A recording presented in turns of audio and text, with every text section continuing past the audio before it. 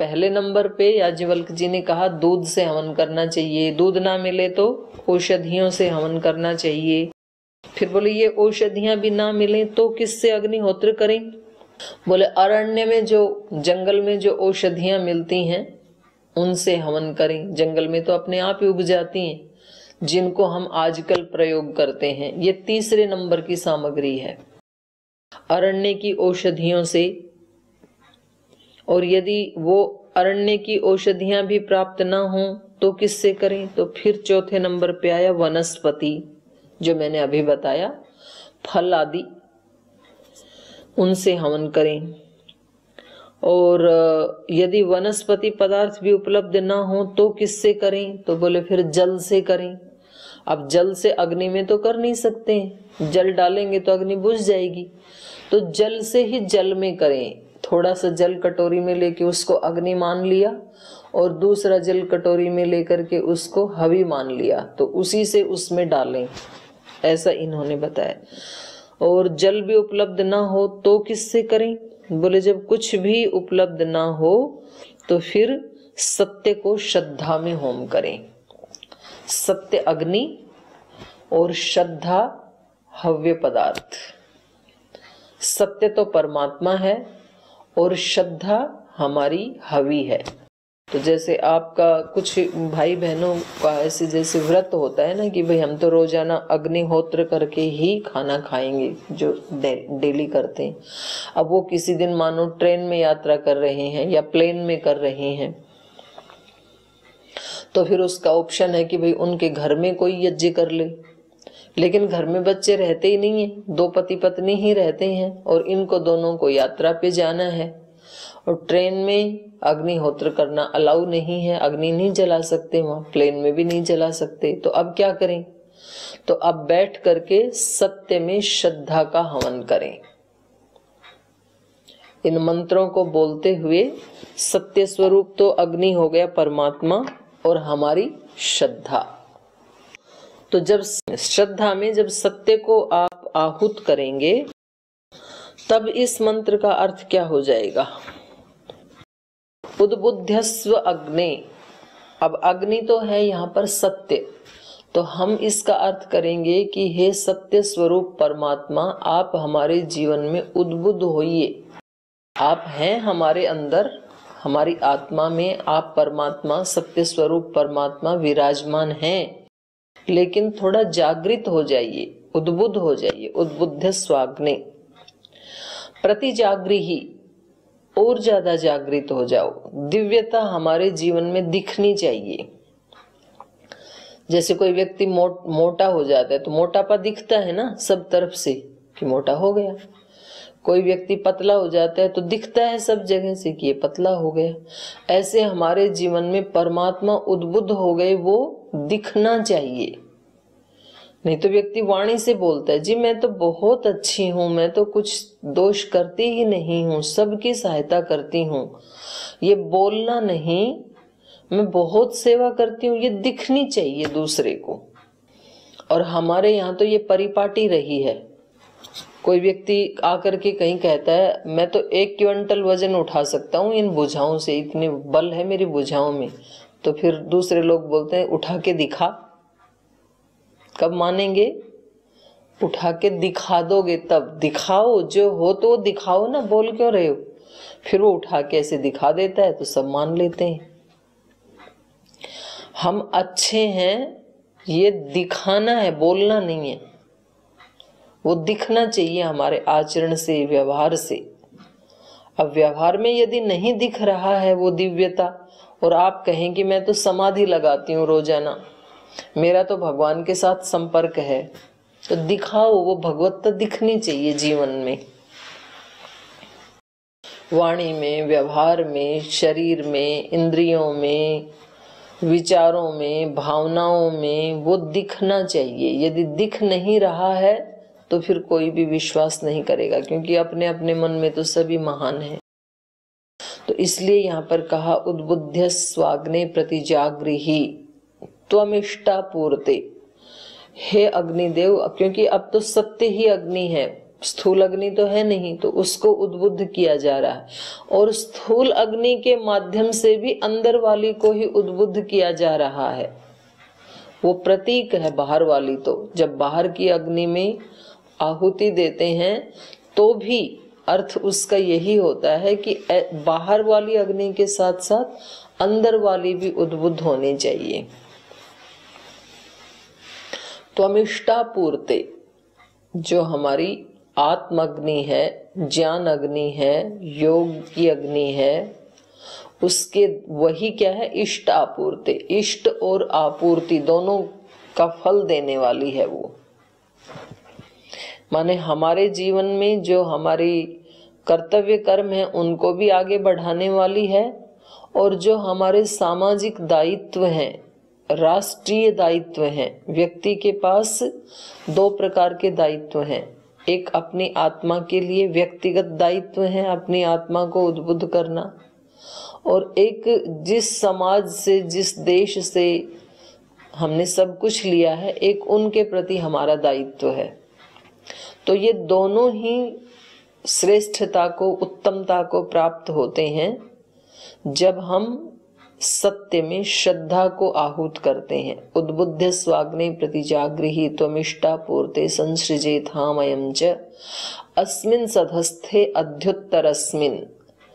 ये जो सत्य रूपी अग्नि है, इसके चारों तरफ आकर के विश्वे देवा यजमानश्च सीदत।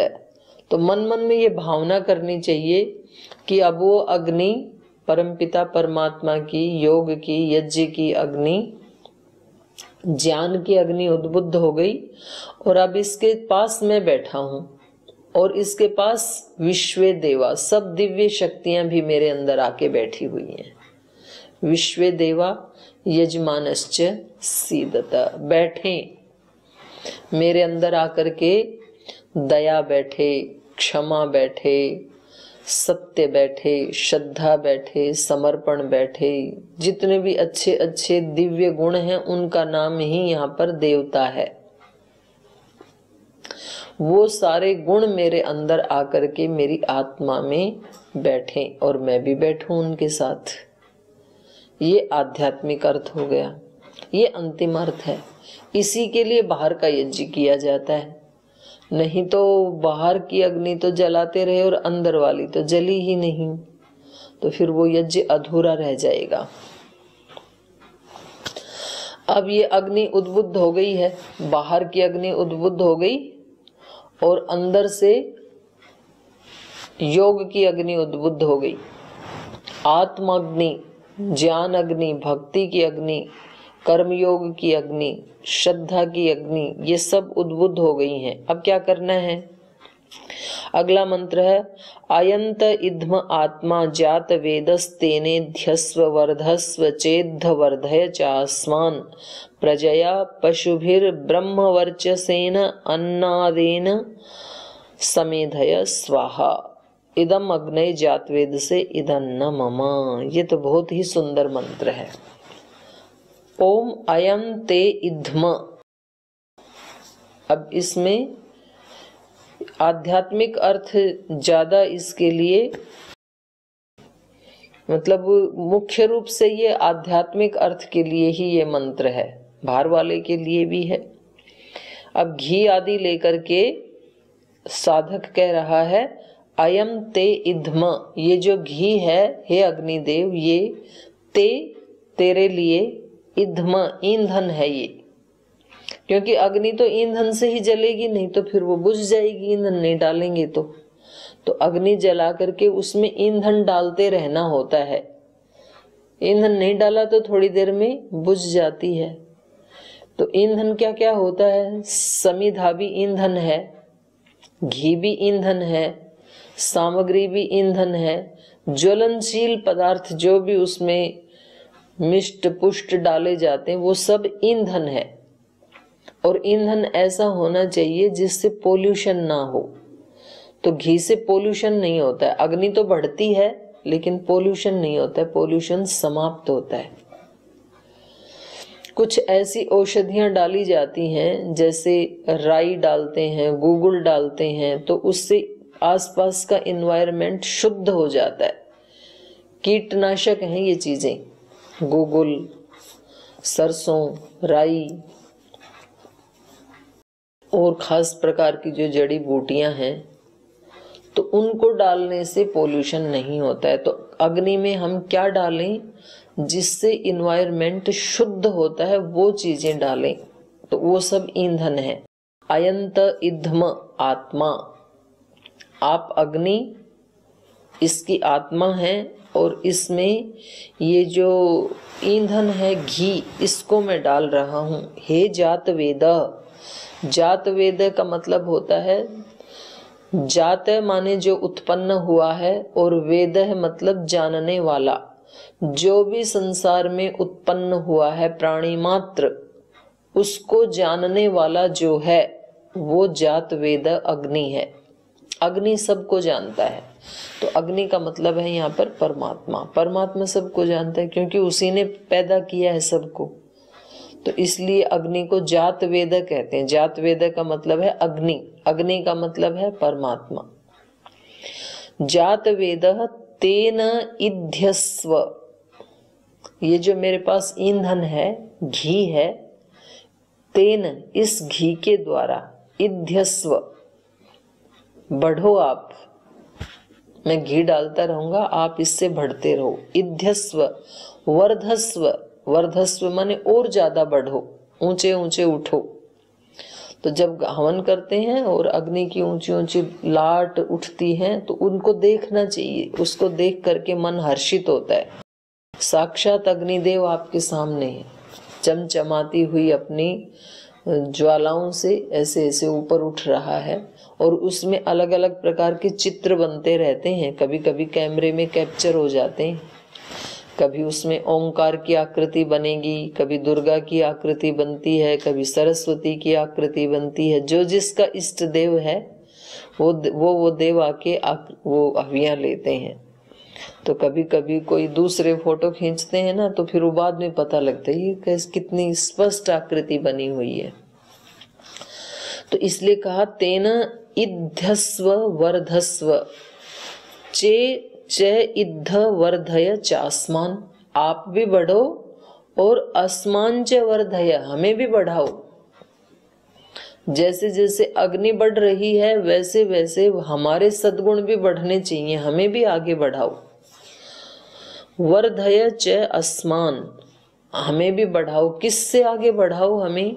तो इसमें सारी चीजें मांग ली साधक ने। प्रजया, प्रजाओं से बढ़ाओ। प्रजा का मतलब है जो हमारे संतानें हैं उनको प्रजा कहा है, जो हमारे मित्रगण हैं उनको भी प्रजा कहा, जो हमारे संबंधी हैं वो भी प्रजा कहा, और जो साधु सन्यासी हैं उनके लिए उनके शिष्य खूब बढ़े, उनके पास खूब सारे शिष्य आए, वही उनकी प्रजा हैं। तो हमें प्रजा के द्वारा बढ़ाओ। प्रजया पशु भी, पशु कहते हैं इंद्रियों को। लौकिक अर्थ करेंगे तो पशु का मतलब पशु, गाय, घोड़ा इत्यादि।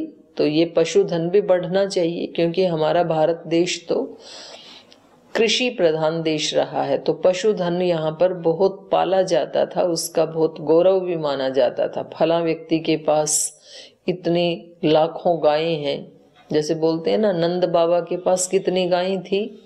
बोले 9 लाख गायें थी। अब आप सोचो 9 लाख गायें कितनी होती। ऐसे जब इन्होंने, राजा जनक ने एक यज्ञ किया तो याज्ञवल्क्य जी और बहुत सारे ऋषि आए थे उस यज्ञ में। वो करते ही रहते थे, जनक जी बड़े बड़े यज्ञ करते रहते थे। तो उन्होंने 1000 गायों के सींग के ऊपर सोना लगा के और फिर बताया कि जो आप में सबसे ज्यादा विद्वान है वो इन गायों को ले जाए अपने आश्रम में। तो अब कौन अपने आप को ऐसे कहे कि मैं सबसे ज्यादा विद्वान हूं?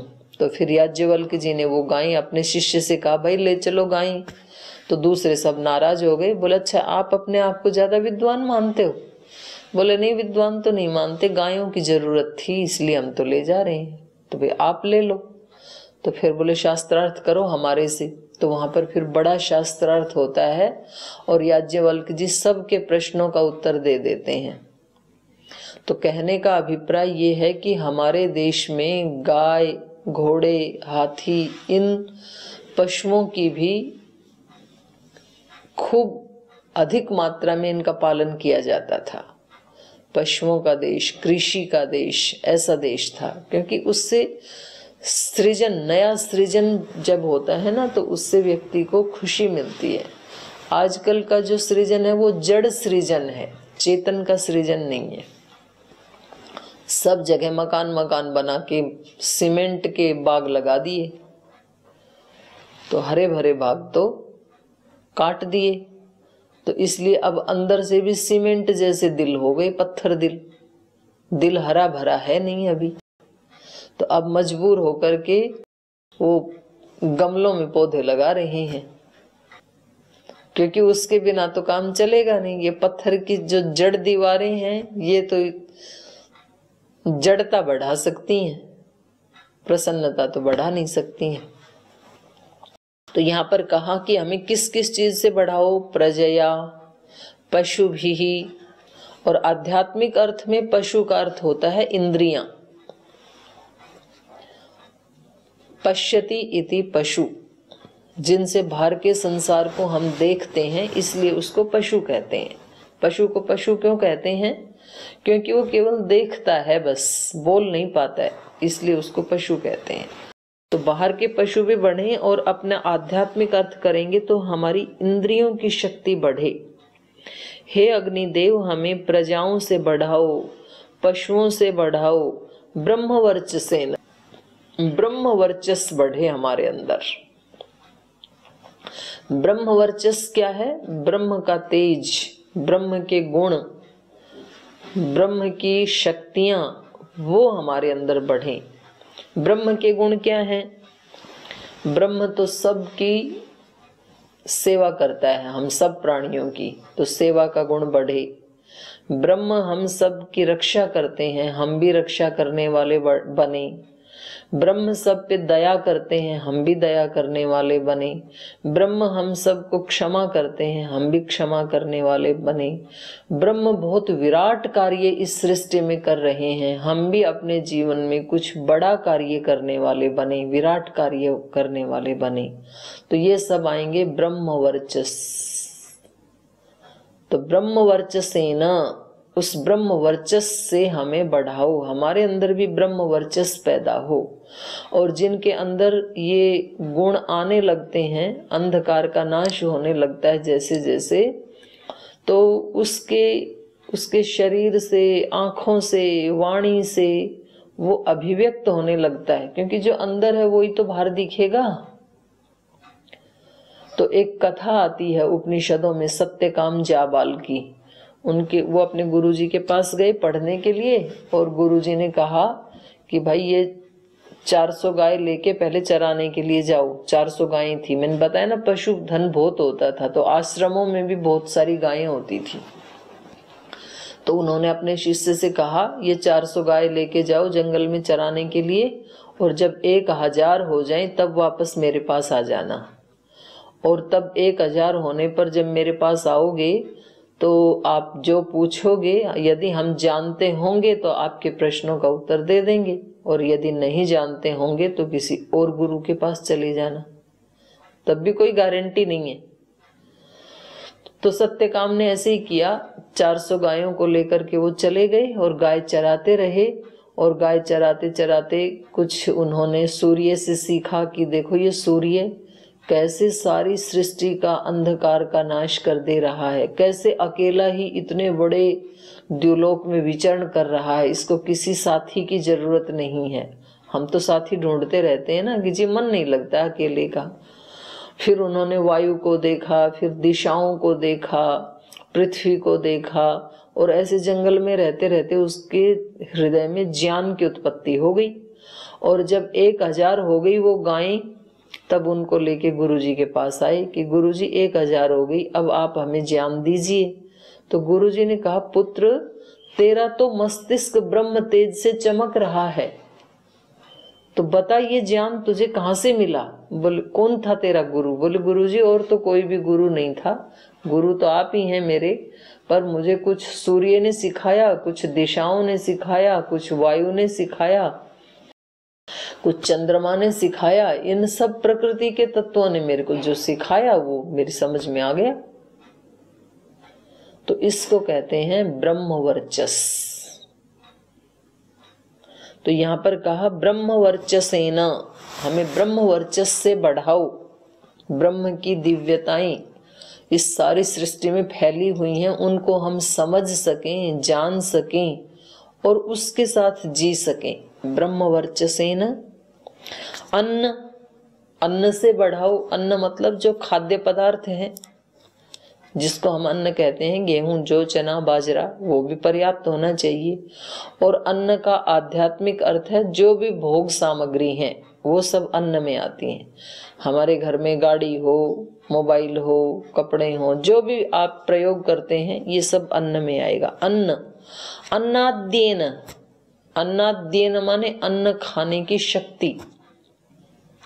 अन्न तो घर में है भरपूर, चीजें तो खूब सारी हैं, पर खाने की सामर्थ्य नहीं है। करोड़पति है, घर में काजू बादाम मेवे सब भरे रखे हैं, लेकिन डॉक्टर ने मना कर दिया कि आप डायबिटिक हो इसलिए एक कण भी मीठे का नहीं खाना, आपको बीपी भी है इसलिए थोड़ा भी चिकना नहीं खाना, एक चम्मच भी घी नहीं खाना। तो अब बताओ ये सारा घी मेवा ये किस काम के? नौकर चाकर खाएंगे फिर तो, आप तो खा नहीं सकते हैं। तो अन्न भी होना चाहिए और अन्नाद्य, उसको खाने की पचाने की शक्ति भी होनी चाहिए। जीवन में धन ऐश्वर्य तो होना चाहिए, लेकिन उस धन ऐश्वर्य को पचाने की शक्ति भी होनी चाहिए। नहीं तो धन ऐश्वर्य आते ही व्यक्ति अहंकारी हो जाता है, व्यसनी हो जाता है, उस धन से व्यसन करता है, शराब पीता है, जुआ खेलता है, उल्टे सीधे काम करता है। तो इसका मतलब है इसके पास पचाने की शक्ति नहीं है। पचाने की शक्ति तो हमारे गुरुदेव के पास है।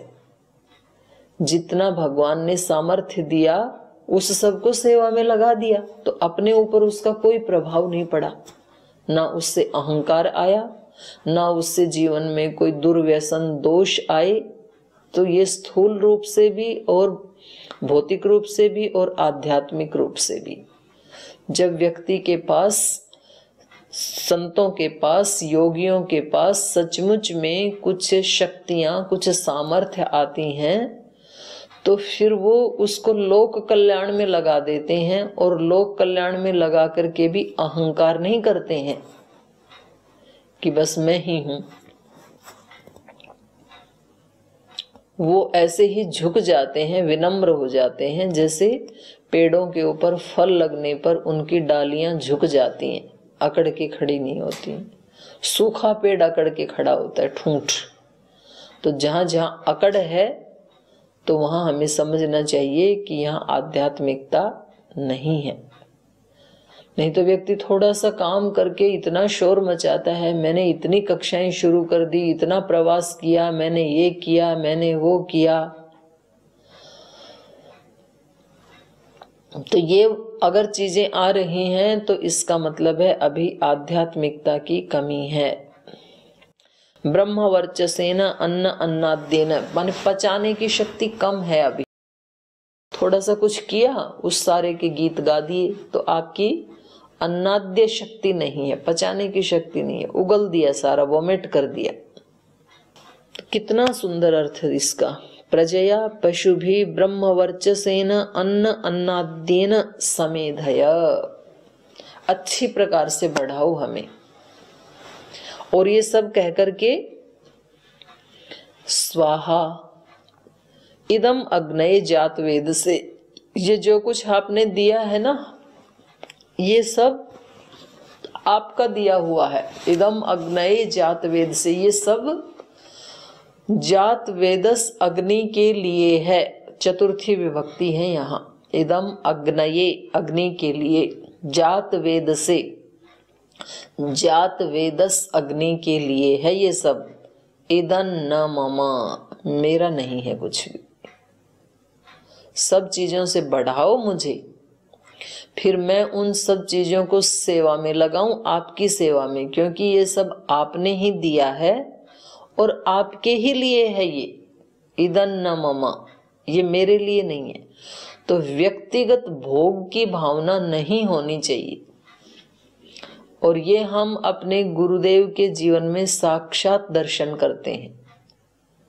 सब तरफ से आज पतंजलि आगे बढ़ रहा है, लेकिन पतंजलि का संपूर्ण ऐश्वर्य जगत की सेवा के लिए है, किसी एक व्यक्ति की सेवा के लिए नहीं है।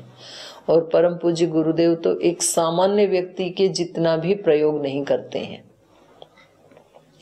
खाने पीने में आज भी वही लौकी की सब्जी, आज भी वही थोड़ा सा फल, सामान्य फल, आज भी वही गाय का 1 गिलास दूध, कुछ भी उसमें नया ऐड नहीं हुआ। पहले भी हमने देखा 20, 25, 30 साल पहले भी वही आहार था, आज भी वही आहार है। जब कुछ भी नहीं था 20, 25 साल पहले, तब भी एक चटाई बिछा करके धरती माता की गोद में सोते थे, नीचे कोई बेड पे नहीं सोते थे। आज भी वही चटाई बिछा के धरती माता की गोद में ही सोते हैं। तो ये सारा ऐश्वर्य किसके लिए? सेवा के लिए। इदम अग्नये जात वेद से इदन्न, क्योंकि ये मेरा नहीं है, भगवान ने दिया, भगवान की सेवा के लिए है। आजकल ज्यादातर घरों में बीमारियां क्यों आ रही हैं? व्यक्ति के पास पैसा आ गया, उससे साधन आ गए, घर में फिर ऐसे ही लोगों के साथ संपर्क है, तो वो घर में कोई मिठाई ला रहा है, कोई फल ला रहा है, तो इस व्यक्ति को लगता है कि मैं नहीं खाऊंगा या नहीं खाऊंगी तो ये खराब हो जाएंगे। वो खराब ना हो इसलिए खूब सारी मिठाइयां, खूब सारे फल खा जाता है। ये सारा आपके लिए थोड़ी आया है। आपके घर में और भी नौकर चाकर काम करने वाले हैं, उन सब के लिए भी तो है, उनको बांटो, आप तो थोड़ा सा ही खाओ। जब किसी व्यक्ति के पास कोई चीज आती है ना, तो उसको लगता है ये तो मेरे लिए है, हमारे घर में आया तो हमारे लिए ही है, तो सारा का सारा मिठाई का डिब्बा रगड़ जाते हैं। फिर बोल जी मोटापा बढ़ गया, शुगर बढ़ गया, तो खाया क्यों था? एक मिठाई खानी चाहिए थी आपको, इतनी सी। यहाँ इतने लोग कितनी मिठाइयाँ लाते हैं, आप लोग भी जब आते हैं तो तरह तरह की चीजें लाते हैं अपने गुरुदेव की सेवा में। तो यदि उस सारे को खाने लगे तो महाराज जी का क्या बने? तो महाराज जी सबकी प्रसन्नता के लिए इतना सा खाते हैं, एक चुटकी भर खाते हैं, बाकी फिर इतने सारे लोग यहाँ रहते हैं, उन सबको बांट देते हैं, वो भी खुश, ये भी खुश। इदम अग्नये जात वेद से इदन्न मम।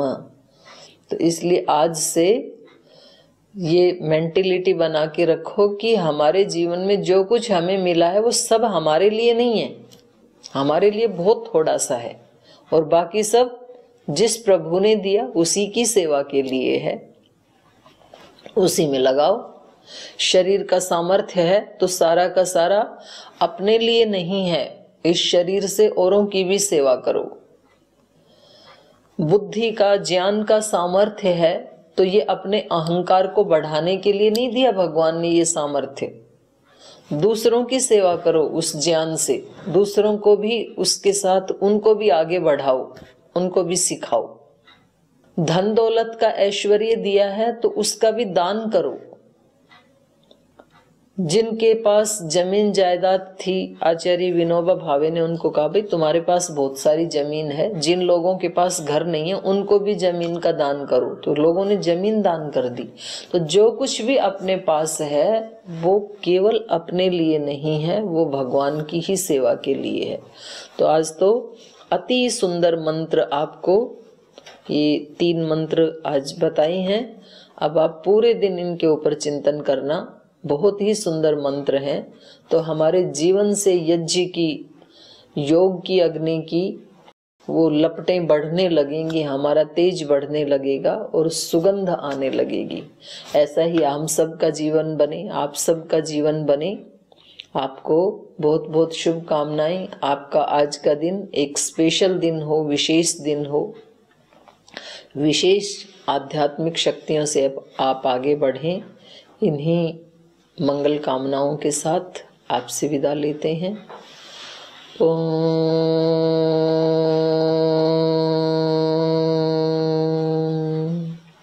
शांति शांति शांति। श्री परमात्मने नमः। श्री गुरुभ्यो नमः।